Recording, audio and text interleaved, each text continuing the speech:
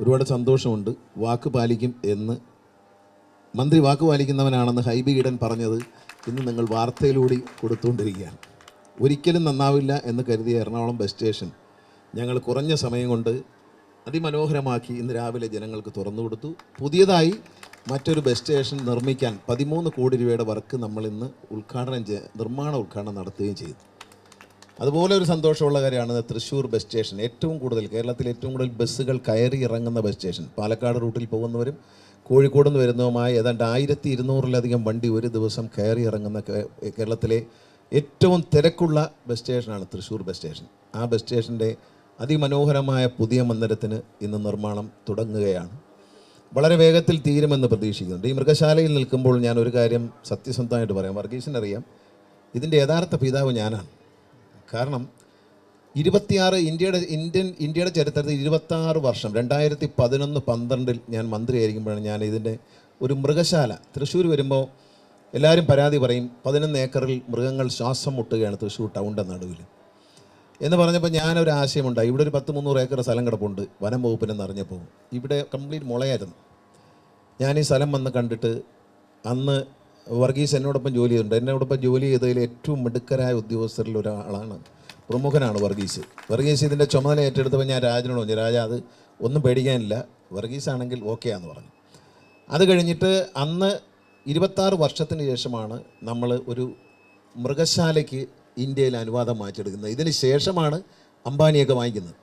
26 വർഷത്തിനിടയിൽ ആരും വാങ്ങിച്ചിട്ടില്ല. അങ്ങനെ നമ്മൾ പോയി അപേക്ഷ കൊടുത്ത് വനം വകുപ്പിൽ നിന്ന് ജോൺ കോ എന്ന് പറയുന്ന ഒരു ഡിസൈനറെ, അദ്ദേഹമാണ് ദുബായ് മൃഗശാല ഡിസൈൻ ചെയ്തത്.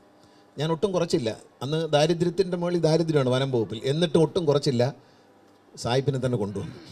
അങ്ങനെ അദ്ദേഹം വന്ന് ഇതെല്ലാം വരച്ചു തന്നു. അവരുമായി സ്ഥിരം ഡിസ്കഷൻ ഉണ്ടായിരുന്നു. അപ്പോൾ മൃഗശാല പരിചയമുള്ള ഒരു ഉദ്യോഗസ്ഥൻ നമ്മുടെ കൂടെ ഉണ്ടായിരുന്നു അന്ന്, യാലക്കി എന്ന് പറഞ്ഞിട്ട്. അദ്ദേഹമാണ് ഡൽഹിയിൽ പോയതും ഇതിൻ്റെ അനുവാദം വാങ്ങിയതൊക്കെ അദ്ദേഹമാണ്. വാങ്ങിക്കൊണ്ട് വന്നു. നമ്മൾ ഉമ്മൻചാണ്ടി സാറും ഞാനും കൂടെ ഇതിന് കല്ലിട്ടു. പക്ഷേ കല്ലിട്ടതേ ഉള്ളൂ, അവിടെ കിടന്നുപോയി. പിന്നെ ഇടതുമുന്നണി സർക്കാർ വന്ന് കിഫ്ബി രൂപീകരിച്ചപ്പോഴാണ് ഇതിന് ആത്മാവും ജീവനും വെച്ചത് എന്നുള്ളതിൽ വളരെ സന്തോഷമാണ്. കാരണം കല്ലിട്ടിട്ട് പോയെങ്കിലും അതിൻ്റെ പുറത്ത് കാട് പിടിച്ചതല്ലാതെ ഒരു ഉത്തരവാദിത്വമില്ലാത്ത സമീപനമാണ്. ഞാൻ മന്ത്രിസ്ഥാനം ഒഴിഞ്ഞു. അത് കഴിഞ്ഞ് തിരുവഞ്ചൂർ രാധാകൃഷ്ണൻ വന്നു. മിടുക്കനായ അദ്ദേഹം അത് ചെയ്തില്ല. ഇതെല്ലാം കഴിഞ്ഞപ്പോൾ രാജൻ MLA ആയിട്ട് വന്നു. രാജൻ അതിനുവേണ്ടി പരിശ്രമം ആരംഭിച്ചു. ഒന്നാം പിണറായി സർക്കാരിൻ്റെ കാലത്ത് തന്നെ കിഫ്ബിയിലൂടെ 300 കോടി രൂപ അനുവദിച്ചുകൊണ്ട് ഈ പദ്ധതി നിർമ്മിച്ചുകൊണ്ട് വലിയൊരു പദ്ധതിയാണ്. ഈ പദ്ധതിയുടെ സാധ്യത എന്ന് പറയുന്നത് അപാരമായ സാധ്യതയാണ്. അതായത് ഇവിടെ ഈ മൃഗങ്ങളെ ഇനി പല മൃഗങ്ങളും വംശനാശം സംഭവിക്കുകയാണ്. ഇതൊരു സുവോളജിക്കൽ പാർക്കല്ല, ഇതൊരു റിസർച്ച് സെൻ്ററായി മാറണം.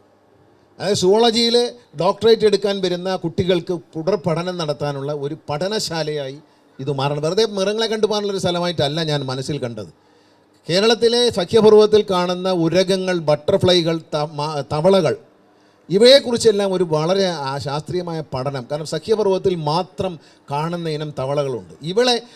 ഇവരെ കൊണ്ടുവന്ന് ബ്രീഡ് ചെയ്യണം, ഇൻക്ലൂഡിങ് ആന.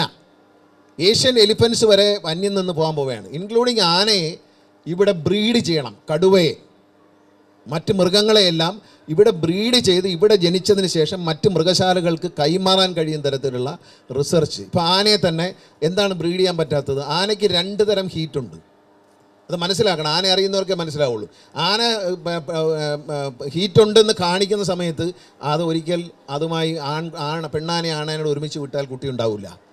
അത് ഫോൾസ് ഹീറ്റാണ്. പിന്നെ അത് കഴിഞ്ഞ് രണ്ടാമതും ഒരു ഹീറ്റ് വരും. അത് തിരിച്ചറിഞ്ഞ് ആനയെ അതനുസരിച്ച് അതിനെ ഇണചേരാൻ അനുവദിച്ചാൽ മാത്രമേ ആന പ്രസവിക്കത്തുള്ളൂ. അല്ലാതെ ആന പ്രസവിക്കത്തില്ല. ആനയെ പ്രസവിപ്പിക്കണം കേരളത്തിൽ. കാരണം ആനകളുടെ എണ്ണം കുറഞ്ഞു.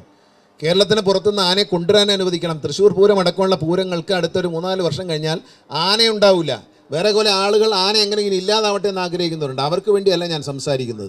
പൂരത്തിൻ്റെ പ്രൗഢി നിലനിർത്തണമെങ്കിൽ ആന വേണം. ഒരു പൂരത്തിൻ്റെ തൃശ്ശൂർ പൂരം എന്നല്ല, കേരളത്തിലെ ഉത്സവാചാരങ്ങൾ. ഗുരുവായൂർ ക്ഷേത്രത്തിൽ പോലും ആനകളുടെ എണ്ണം കുറയാണ്.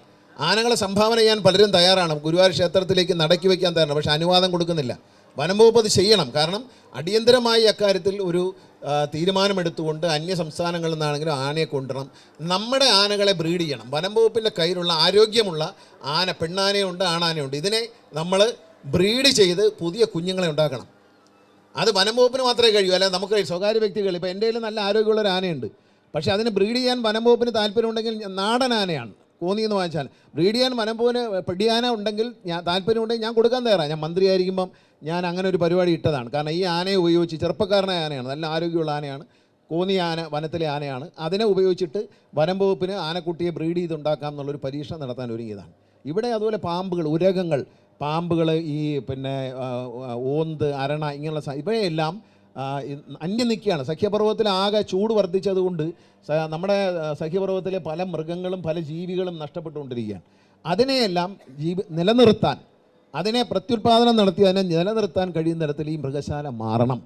ഇത് ലോകത്തെമ്പാടും ഇപ്പോൾ ലണ്ടൻ മൃഗശാല ഒരു മൃഗശാലയല്ല, അതൊരു പഠന കേന്ദ്രമാണ്. അവിടെ ഞാൻ പോയി കണ്ടിട്ടുണ്ട്. അവിടെ പാമ്പുകളെ കുറിച്ചാണ്, പാമ്പിനെ എങ്ങനെ പുതിയ പാമ്പുകളുടെ വംശം നിലനിർത്തിക്കൊണ്ട് അതിനെ എങ്ങനെയാണ് ഉണ്ടാക്കുന്നത്, അതിനെ എങ്ങനെ അതിൻ്റെ പ്രജനനം എങ്ങനെ നടത്താം, ഇതാണ് പഠിപ്പിക്കുന്നത്. അപ്പോൾ ഈ മൃഗശാല എന്ന് പറയുന്നത് കാണാനുള്ളൊരു കാഴ്ച ജനങ്ങൾക്ക്, സാധാരണക്കാർക്ക്, അതുപോലെ പഠിക്കുന്ന കുട്ടികൾക്ക് അത്യപാരമായ സാധ്യതയുള്ള ഒരു സ്ഥാപനമാണിത്. ഇതൊരു പഠന കേന്ദ്രമാണ് ആയാണ് മാറേണ്ടത്. അതിനുള്ള സൗകര്യങ്ങൾ ചെയ്യണം. രാജൻ അത് നിർബന്ധമായും അദ്ദേഹത്തിൻ്റെ നേതൃത്വത്തിൽ, വർഗീസിന് അതിനെക്കുറിച്ചെല്ലാം നന്നായിട്ട് അറിയാം.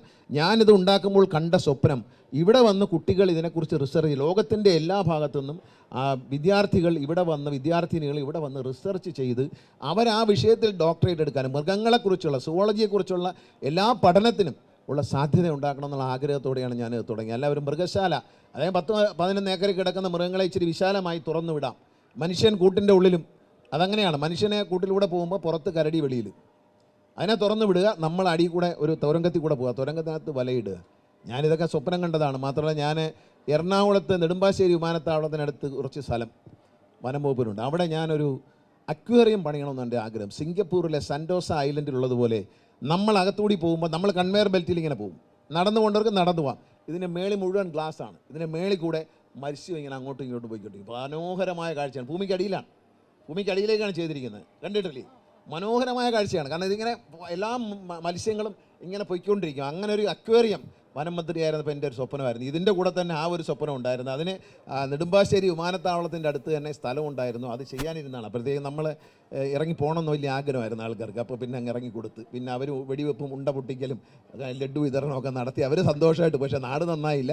പക്ഷേ ഇത്തവണ ആരും ഇറക്കാൻ വരാത്തതുകൊണ്ട് KSRTC രക്ഷപ്പെട്ടു എന്നൊരു സമാധാനം മാത്രമേ ഉള്ളൂ.